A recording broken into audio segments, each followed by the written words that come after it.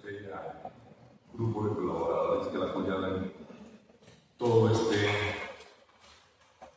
fuerte trabajo, mi agradecimiento y reconocimiento. Voy a hacer una exposición que no va a entrar en el detalle de cada una de las características de la reciente reforma al procedimiento penal colombiano. Quisiera hacer una contextualización de lo que ocurrió al comienzo de la implementación del sistema acusatorio y lo que significa dentro de esa evolución de 20 años la adopción de la ley 2477, que uno bien podría llamar ley Chaverra en homenaje a uno de sus principales impulsores, no solamente el doctor Gerson, pero sí primordialmente gracias a su empeño esto logró salir adelante. Varios magistrados de la Sala de Casación Penal estuvieron detrás de estar atentos a que la reforma tuviera un suceso. Pero van a darse cuenta ustedes de una característica muy particular de esta reforma, y es que no tenía grandes pretensiones de modificar ni el sistema ni la lógica de funcionamiento básico del sistema. Eso que hicimos con la Sala de Casación Penal ayer, de sentarnos con los jueces, hablar, escucharlos, ha venido haciéndolo la Sala en los últimos años en distintas regiones del país y ha logrado identificar temas aparentemente menores, aparentemente triviales, pero que en últimas son el punto de congestión del sistema acusatorio, aquello que ha generado la imposibilidad de tener el desempeño que debería tener, además de otros factores que ya vamos a intentar mencionar. Pero esta es una reforma sin esas grandes pretensiones de cambiarlo todo, sino voy a utilizar una expresión muy de la política contemporánea, de construir sobre lo construido. O sea, no se trataba de desbaratar todo, de cuestionar todo y de tratar de hacerlo mejor desde cero, sino de entender que este es un modelo que tiene muchos defectos, que sin embargo se puede poner en funcionamiento, pero que había ciertos obstáculos que, de poderse remover, seguramente van a permitir un mucho mejor desempeño de nuestro sistema procesal penal. El doctor Gerson se comprometió a mostrar los resultados en 2 años.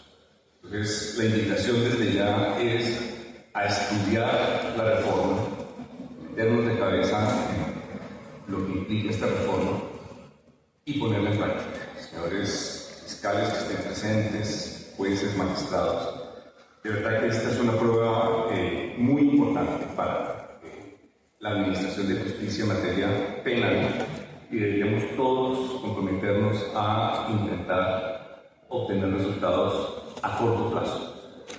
No esperemos a que se vayan dando las decisiones de la Corte Suprema de Justicia, porque seguramente van a pasar meses o hasta años hasta que se pronuncie la Corte sobre estos temas, en particular en casos que estén llegando en segundas instancias, impugnaciones especiales o casaciones. Pero sí le corresponde a cada quien, dentro de su labor, ocuparse de ello. Déjenme empezar con una referencia teórica. Bueno, los 4 temas que voy a tratar de desarrollar en estos 40 minutos son unos breves presupuestos teóricos, la lógica del procedimiento acusatorio colombiano, las características centrales de la reforma y el reto de poner en funcionamiento el sistema acusatorio en Colombia.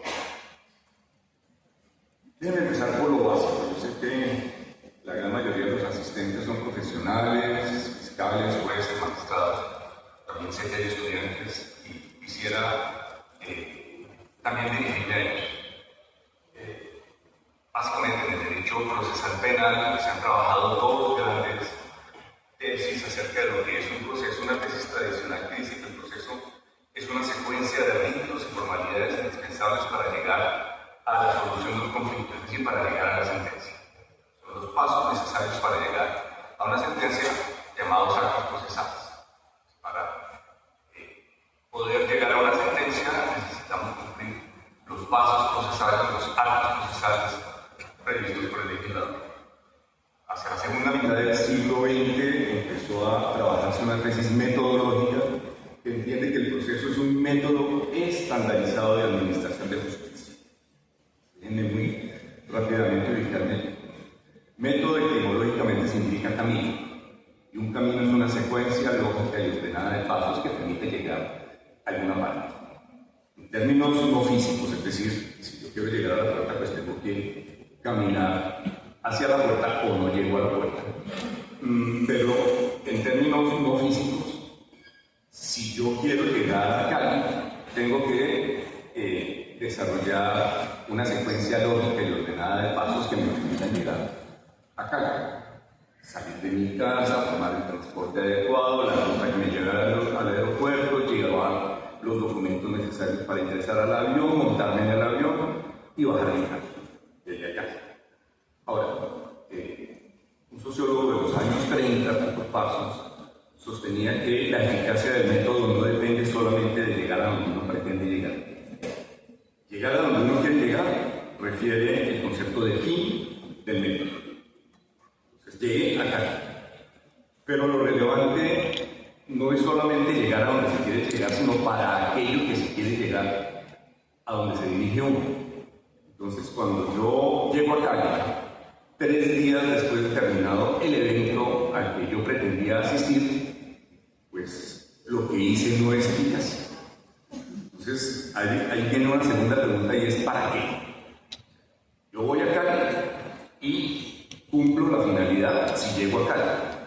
Pero la segunda pregunta que determina también la eficacia del método es ¿y para qué quiere ir acá? ¿Para qué llegar acá?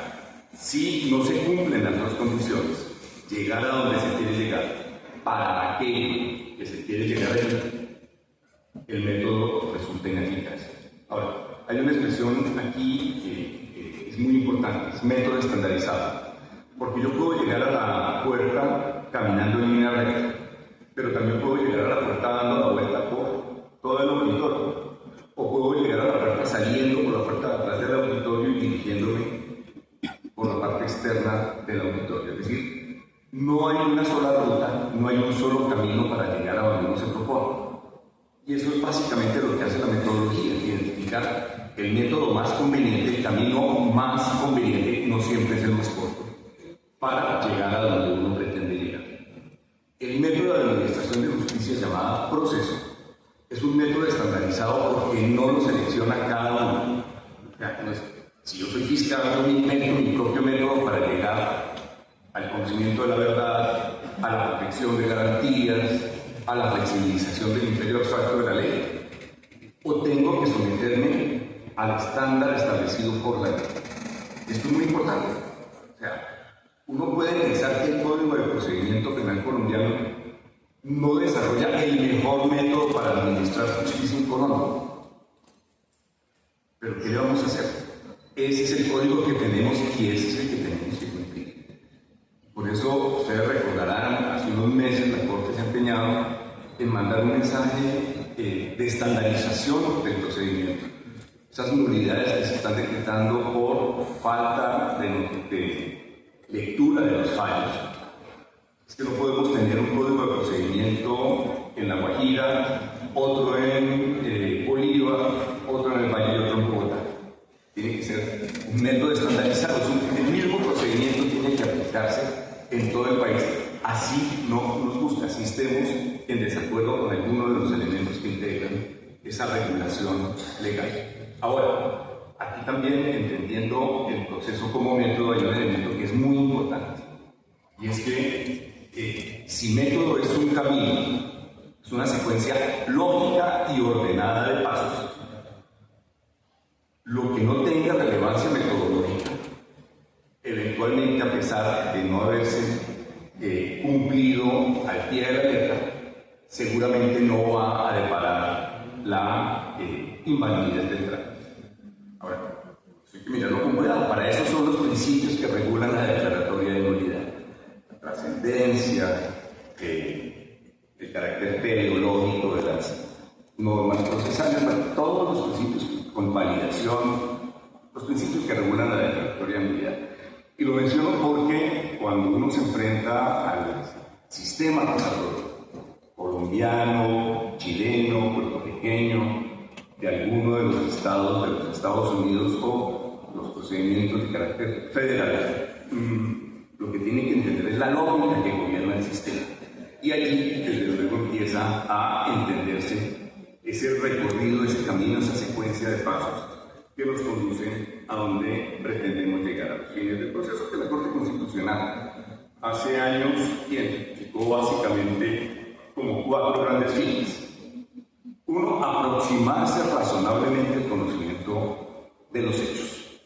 Entonces, ¿para qué algunos actos procesales? Para poder aproximar al operador judicial al conocimiento de los hechos. No para llegar al conocimiento absoluto de los hechos. Verdades absolutas no existen.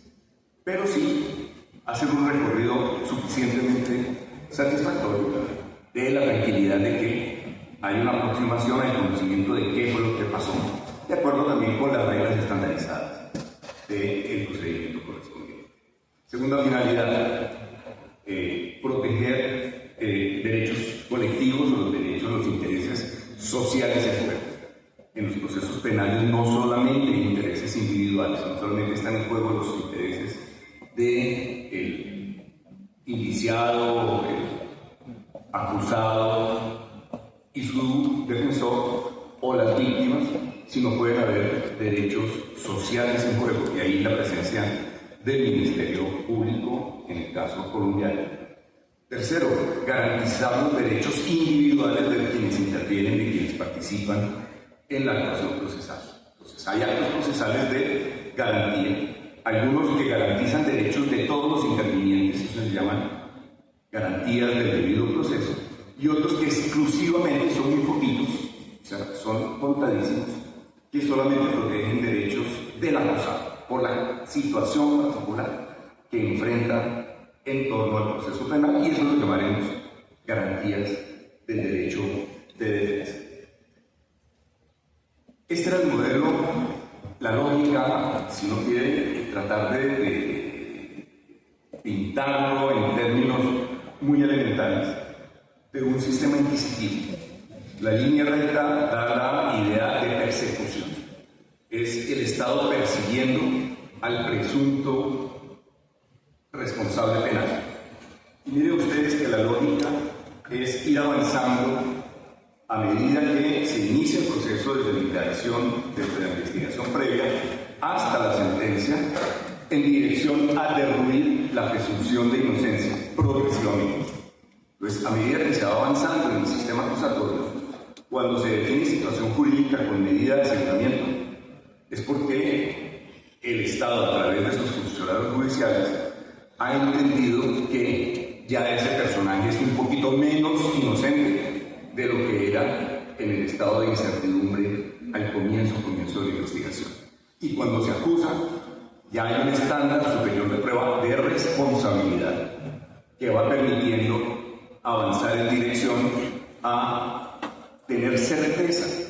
Es una expresión que seguramente desaparece del modelo acusatorio, una certeza que permite fundamentar la sentencia de carácter condenatorio. Para llegar a la responsabilidad penal, el proceso paulatinamente, ese camino, ese recorrido, ese método, avanza en dirección a derruir la presunción de inocencia. Y si se logra el estándar adecuado, cuando se emite el fallo que pone fin a la actuación, deberá haberse llegado a un nivel de certeza en contraposición a la incertidumbre que se tiene en un comienzo. El modelo inquisitivo, acusatorio, perdón. Aquí pinto el modelo colombiano. Si lo pintáramos en términos de algunos sistemas anglo-norteamericanos, se seguramente solo estaría el último esquema, el triangulito que simboliza la balanza. En el caso nuestro, el proceso penal no se inicia con la acusación. En muchos modelos acusatorios, el proceso propiamente dicho solo arranca a partir de la acusación. Las fases de investigación anteriores no se entienden como parte del proceso propiamente dicho. Es el espacio del Estado a través de sus órganos de investigación para llenarse de razones para formular o no formular acusación. En el caso nuestro sí, esto se parece mucho a los modelos continentales europeos, al modelo que se implementó a partir del Código Napoleónico, que tiene una fase de más o menos inquisición, la persecución a través de un órgano judicial. La Fiscalía entre nosotros es un órgano judicial, pero que cuando ya se llega a la convicción de que hay elementos para formular la acusación, se pone en condiciones de igualdad con el acusado en su defensa y deja en manos de un tercero imparcial, el juez, la toma de las decisiones. Pero miren ustedes que a diferencia del modelo inquisitivo, no se va derruyendo progresivamente la presunción de inocencia, sino que todo el ejercicio del juicio se concentra en la audiencia de juicio oral. Es decir, cuando una persona en el modelo acusatorio colombiano llega con medida de aseguramiento al juicio, no es porque se haya avanzado en demoler la presunción de inocencia. Esa persona tiene la medida de aseguramiento por alguna de las finalidades de las medidas de aseguramiento que no tienen que ver en nada con la presunta responsabilidad penal. Eso lo subrayo, porque es que en el modelo inquisitivo y en el modelo más del año 70, cuando una persona, el juez le abría formalmente el proceso, le estaba dando la cuota inicial de la sentencia condenatoria. Y cuando le dictaba medida de aseguramiento, ya prácticamente lo estaba condenando y lo que trataba era llegar a la sentencia para confirmar lo que el prejuicio hacía en ese juez, que era el mismo desde que empezaba la investigación hasta que terminaba, hasta que culminaba la sentencia. En el modelo acusatorio colombiano, no. Que algún juez haya impuesto una medida de aseguramiento no significa que esa persona que llega a juicio sea presuntamente responsable.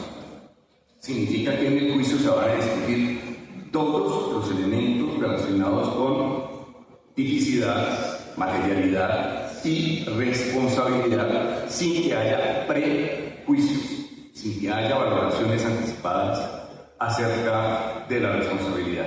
Y esto va a ser muy importante en los aportes que hace la reforma recientemente implementada.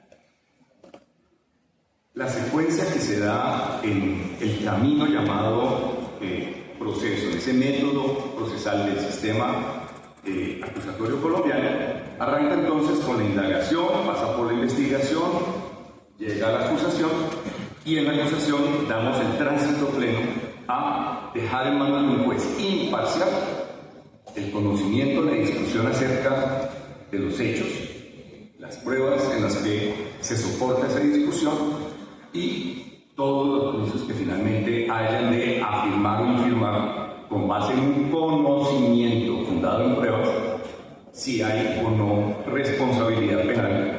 Y aquí subrayo algo: el estándar probatorio no ha cambiado, ni siquiera en los eventos en que la Corte Suprema de Justicia, en su jurisprudencia, ha venido insistiendo en materia, por ejemplo, de enfoques diferenciales.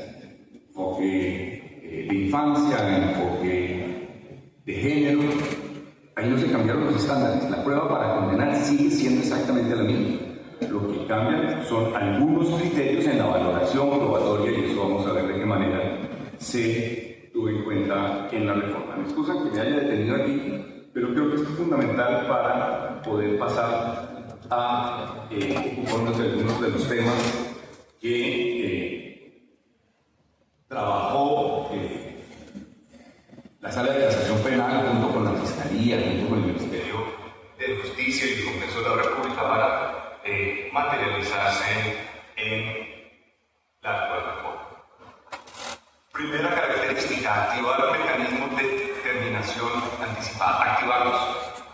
Es que muchos de esos mecanismos quedaron ahí, se convirtieron en letra muerta dentro del Código de Procedimiento Penal, a pesar de que, me devuelvo, la idea central del Código de Procedimiento Penal vigente desde su expedición era ojalá terminar el procedimiento o en etapa de indagación o en etapa de investigación o en todo caso, ojalá antes de la acusación. Entonces, lo que se busca con el procedimiento acusatorio no es, como en el caso del sistema inquisitivo, llegar necesariamente a la sentencia y progresivamente aumentando el estándar de evaluación de responsabilidad hasta culminar el proceso y emitir sentencia. Lo ideal en el modelo acusatorio es que la gran mayoría de los casos no lleguen a juicio. Eso es lo que debería ser desde la aprobación de la Ley 906 de 2004. Pero es lo que hoy aquí. O sea, hay una cantidad de cuellos de botella y una cantidad de obstáculos que no han permitido que los procesos se terminen en etapas anticipadas al juicio y estamos llevando casi todo a juicio oral. Y esa es la razón de la gran congestión que tenemos en la Administración de Justicia Penal hoy en día. Todos los casos se están llevando a juicio. Muchos de ellos lamentablemente están prescribiendo y eso desde luego genera esa desazón, esa desconfianza colectiva hacia la Administración de Justicia en materia penal, porque hay una impresión de impunidad generalizada. Claro, si nosotros mismos a través de una cantidad de limitaciones impedimos que los instrumentos, los mecanismos de terminación anticipada sean eficientes, la única consecuencia es llevar todos los casos a juicio oral. Insisto, esto es algo que tenemos que meternos en la cabeza. Los procesos idealmente en un modelo acusatorio deberían terminar, ojalá en indagación ya se abre la puerta para que se pueda terminar incluso desde la indagación, en la investigación o en la acusación y en las fases previas a la iniciación del juicio oral. La reforma entonces establece algo que venía trabajándose también en la jurisprudencia reciente de la Corte Suprema de Justicia: quitar obstáculos a los allanamientos. Recuerdan ustedes que durante un lapso largo la jurisprudencia de la Corte asimiló los allanamientos con los preacuerdos y le generó una serie de condicionamientos a los allanamientos que eran propios del preacuerdo y no del allanamiento. Si una persona decide aceptar su responsabilidad por los cargos que en la imputación está formulando la Fiscalía, ya por sí mismo tiene derecho a una rebaja de pena. Y eso implica que nos vamos a ahorrar un montón de tiempo en tratar de convencer a esa misma persona a que se espere a un preacuerdo que eventualmente no se va a poder suplir. Si no tiene cómo devolver, por ejemplo, lo apropiado, es posible que ni siquiera pueda llegar a un preacuerdo, pero se puede obtener un beneficio a través del allanamiento prematuro desde el comienzo mismo de la investigación. Entonces miren ustedes que lo que era un instrumento pensado, concebido para terminar los procesos rápidamente, en el desarrollo de los últimos 20 años se terminó convirtiendo en un cuello de botella. Se terminó convirtiendo en un obstáculo que daba lugar a que la gente dijera: bueno, si yo no voy a obtener ningún beneficio, entonces me voy a estar funcionando. Y yo les digo, miren, desde luego, ese llamado, entre comillas, populismo punitivo se expresa en ciertos casos. Uno entiende en ciertos contextos que la gente tenga prevenciones.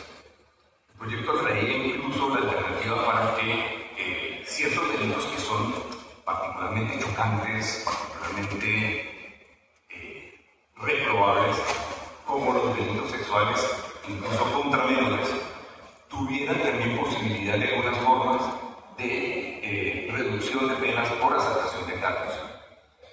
Ustedes dirán que son delitos que merecen el mayor reproche, la pena más alta, sí, pero ¿qué sacamos si la mayoría de ellos prescriben? Porque al no ofrecer ninguna alternativa de determinación anticipada, desde luego con una contrapartida, que es alguna forma de reducción de la pena, la gente necesariamente se va hasta el juicio oral. Y muchos de esos casos, tristemente, la mayoría terminan prescribiendo. Entonces, esa alternativa debió excluirse de la reforma. O sea, meterse en esa discusión podría haber dado al traste con el propósito general de sacar adelante el resto del articulado y por lo tanto será otro momento para llegar a esa discusión. Yo creo que toca retomar. Pero por el momento, fuera de esos casos extremos, lo que hace el proyecto ya no, la reforma, es quitar esos obstáculos que tenía el allanamiento, que los había venido removiendo jurisprudencialmente a la Corte Suprema de Justicia, pero que hoy en día quedan sin ninguna discusión integrados a los mecanismos de terminación anticipada. La indemnización integral. También una figura que viene del modelo de la Ley 600, incluso de códigos de procedimiento previos a la Ley 600, y que ha tenido una eficacia indiscutible entre nosotros. Cuando los delitos tienen fundamentalmente connotación en el ámbito de lo privado, en el ámbito del interés particular de la víctima, el sujeto pasivo del delito de la víctima, pues no tiene sentido que el Estado se empeñe en llegar hasta una sentencia si se satisfacen los intereses de la víctima a través de una indemnización integral. Pero incluso la legislación había previsto que, aún en contra de la voluntad de la víctima, si se hacía una tasación adecuada de los perjuicios y el indiciado, el incriminado, hace el pago correspondiente, cumple con la indemnización integral, no tiene ningún sentido, solo por el capricho de una persona que quiere extender la discusión hasta llegar a una sentencia, no tiene ningún sentido que el Estado reste atención a casos que merecen más trabajo y se empeñe en simplemente satisfacer los caprichos, los intereses de un sujeto que ha visto ya satisfechos sus pretensiones indemnizatorias. Entonces, para los casos que involucran solamente interés individual, eso básicamente los delitos contra el patrimonio, pero hay algunos delitos y la lista se amplía, por eso les insisto, es muy importante que revisemos esta nueva ley, porque no solamente nos quedamos en lo que ya habíamos logrado avanzar, sino que creamos nuevas alternativas de determinación anticipada del proceso a través de modelos de indemnización integral. Los preacuerdos. Preacuerdos y principio de oportunidad, déjenme mencionarlos en un solo paquete. Algunos dicen que esto viene necesariamente del derecho norteamericano. Sí y no. O sea, en realidad ustedes recuerdan que a través del Plan Marshall, Estados Unidos puso una serie de condiciones a Alemania Federal en esa época para su reconstrucción. Una de esas condiciones en un primer momento fue eliminar todo lo que tuviera que ver con el modelo neoclásico causalista, porque tristemente muchos juristas de la época, Edgar, Mayer, se pusieron al servicio del detentador del poder de turno, como suele ocurrir en casi todos los países tristemente, y le facilitaron las cosas a través del modelo neoclásico causalista. Lo más deplorable, por ejemplo, era utilizar el relativismo valorativo, más de otro incluirá en prisión de tanto a tanto. Eso básicamente lo dicen todos los códigos penales a describir el delito de homicidio. Pero Nedger y Mayer, por ejemplo, dijeron México, de acuerdo con las normas de cultura del pueblo alemán, cuando se habla de matar a otro, se debe entender matar a otro alemán de raza aria. Y por lo tanto matar negros, judíos, latinos, gitanos, etc., no cabe en la descripción típica del homicidio. Se fue nada menos que el aporte de este par de grandes, entre comillas, juristas del nacionalsocialismo, y por eso los norteamericanos y los europeos aliados dijeron: hay que eliminar todo lo que tenga que ver con relativismo relativo, todo lo que tenga que ver con causalismo neoclásico de la legislación penal sustancial alemana. Pero además le pusieron condiciones procesales. Tienen que desarrollar un procedimiento que sea de alguna manera compatible con el procedimiento norteamericano, que genere puertas de comunicación.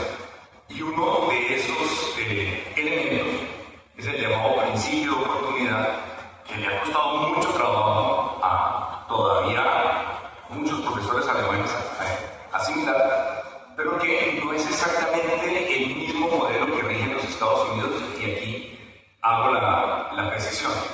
En Estados Unidos hay una amplia discrecionalidad en el ejercicio de la acción penal por parte de los fiscales. Ellos pueden decidir tranquilamente, autónomamente, si impulsan o no impulsan la acción penal. Y es su discrecionalidad. Mientras que entre nosotros, tanto los preacuerdos como el principio de oportunidad están sometidos a unas reglas constitucionales y a unos desarrollos legales. Por eso es que los jueces de control de garantías, por eso es que los jueces de conocimiento hacen control tanto a los preacuerdos como al principio de oportunidad en nuestro país. O sea, no es plena discrecionalidad del fiscal, no es haga lo que quiera. El fiscal debe ser leal al llevar los hechos ante los jueces. La imputación no puede ser una imputación fragmentaria. O sea, no puede haber un acuerdo bajo la mesa de yo solamente le voy a imputar una parte y le dejo por fuera lo demás. O lo otro que se han intentado algunos fiscales hace años, por fortuna ya es una práctica ampliamente superada, no totalmente superada, pero ampliamente superada, que era inflar las imputaciones. Cargar al imputado con un montón de delitos inexistentes, supuestamente según ellos para forzarlo a aceptar cargos, a aceptar responsabilidad a través de negociaciones, a través de preacuerdos, y no tener que rebajarle tanto la pena o la cantidad de delitos imputados. Eso, en términos penales, se llama prevaricato. O sea, inflar la imputación también es una práctica no solamente inadecuada, es una práctica absolutamente ilegal. Entonces, ¿qué es lo que tiene que imputar el fiscal? Los hechos que, de acuerdo con su investigación, tengan relevancia jurídico-penal. Esos hechos. Y darle la calificación que le corresponde a esos hechos. Porque es sobre esa base mínima, unos hechos debidamente bien calificados, que va a ser posible llegar a allanamientos, a preacuerdos o eventualmente a principios de oportunidad, pero en todo caso susceptibles de control judicial. O sea, no es el capricho del fiscal. Y miren ustedes que eso explica por qué, como regla general entre nosotros, se ha dicho que el fiscal al final de la audiencia pida absolución, no vincula al juez. Porque esto se convertiría en una forma soterrada del principio de oportunidad sin control judicial. Entonces, ¿para qué me pongo yo, fiscal, a hacer solicitudes de control de principios de oportunidad o de preacuerdos si simplemente puedo llegar a la audiencia de juicio oral y decir, ¿sabe qué? Yo retiro la acusación o yo pido absolución y obligo al juez a absolver a pesar de que eso sea contraevidente, de que haya prueba más que suficiente de la materialidad, tipicidad y responsabilidad sometiendo a juzgamiento. Entonces miren la gran diferencia que hay entre un modelo anglo-norteamericano, particularmente el norteamericano, caracterizado por la discrecionalidad amplia, amplísima, y un modelo como el nuestro, en el que hay un margen de discrecionalidad reglada, a través del cual, para facilitar mecanismos de terminación anticipada, el fiscal puede negociar, puede condicionar la aplicación de un principio de oportunidad a la satisfacción de ciertas condiciones. Entonces, usted debe colaborar eficazmente con la investigación, usted debe delatar a sus cómplices o coautores, usted debe contribuir a desmantelar las bandas de criminalidad organizada, y si su colaboración es eficaz, si su colaboración es efectiva, si hay reparación del daño ocasionado, yo puedo, como fiscalía, atender su solicitud de aplicación de un principio de oportunidad, pero siempre llevándolo al control judicial, es decir, una discrecionalidad reglada. Ahora, pues, corto, déjenme de una vez hacer una observación. Uno de los tapones grandes del principio de oportunidad nos lo inventamos por una mala comprensión del modelo. Siempre tenía que ser aprobado por el fiscal general de la Nación. Y desde luego, los miles de trámites de principios de oportunidad que se implementaban en todo el país quedaban estancados haciendo fila 6 meses, 1 año, 2 años, hasta 3 años en el despacho de los fiscales generales de la Nación. Estos son los grandes avances de la reforma. Se faculta para que las direcciones seccionales den trámite a los principios de oportunidad, es mucho más razonable. O sea, los fiscales saben, tienen comunicación directa con los directores seccionales, saben la conveniencia o no de agilizar la aplicación de un principio de oportunidad, y es con ellos que realmente se debe adelantar la postura institucional de conceder un principio de oportunidad, pero con una tranquilidad.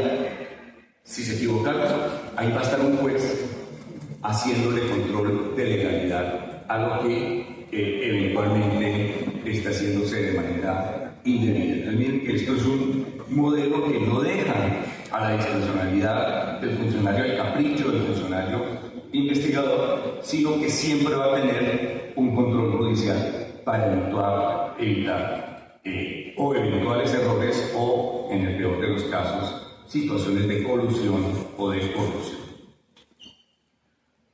Reducir las restricciones, ya les decía,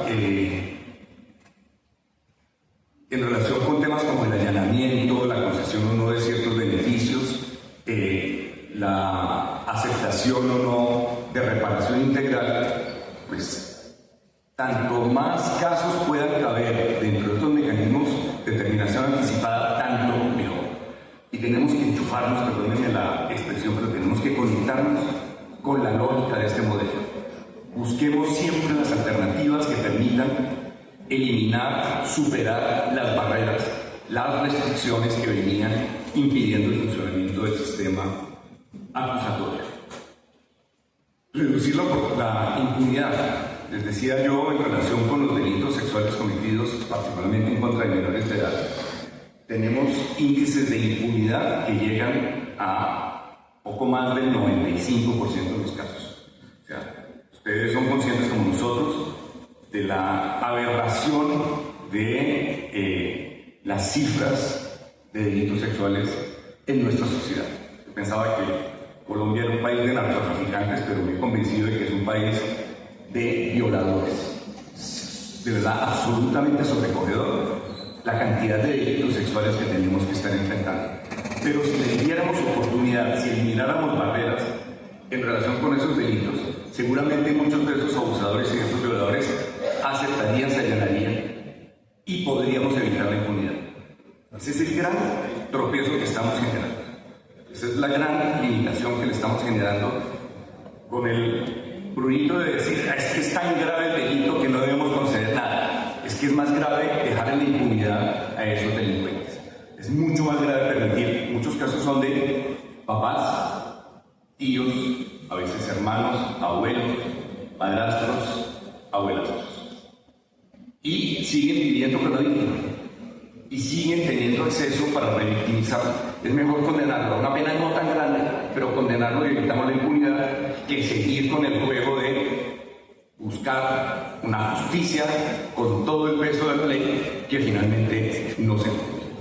Y reducir la revictimización. Frente a la reducción de la revictimización, quiero hacer referencia particularmente a las llamadas pruebas anticipadas.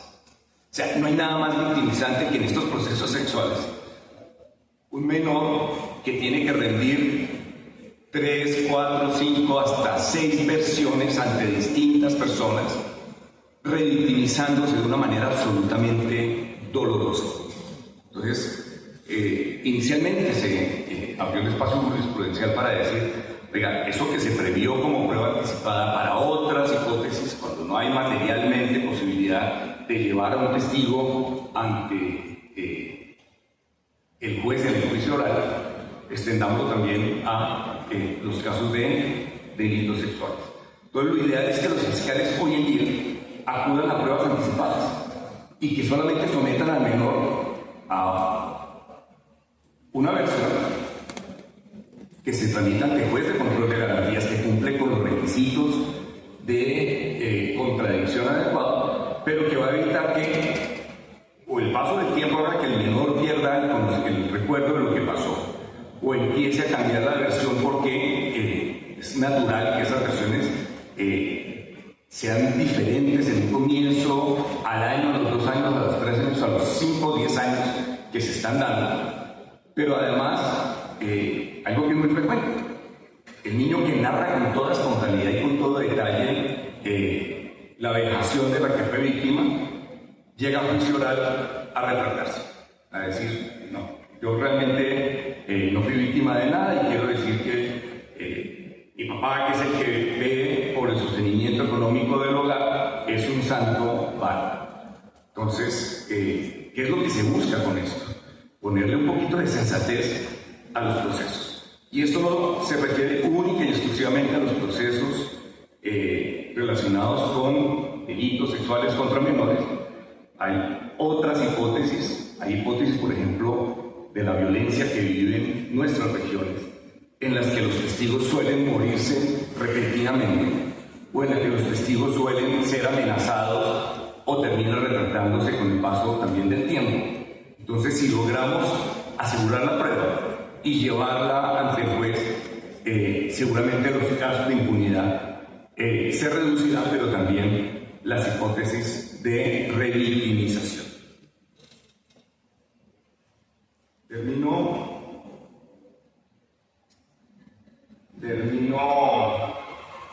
indicándole cuáles son los retos que tenemos por delante.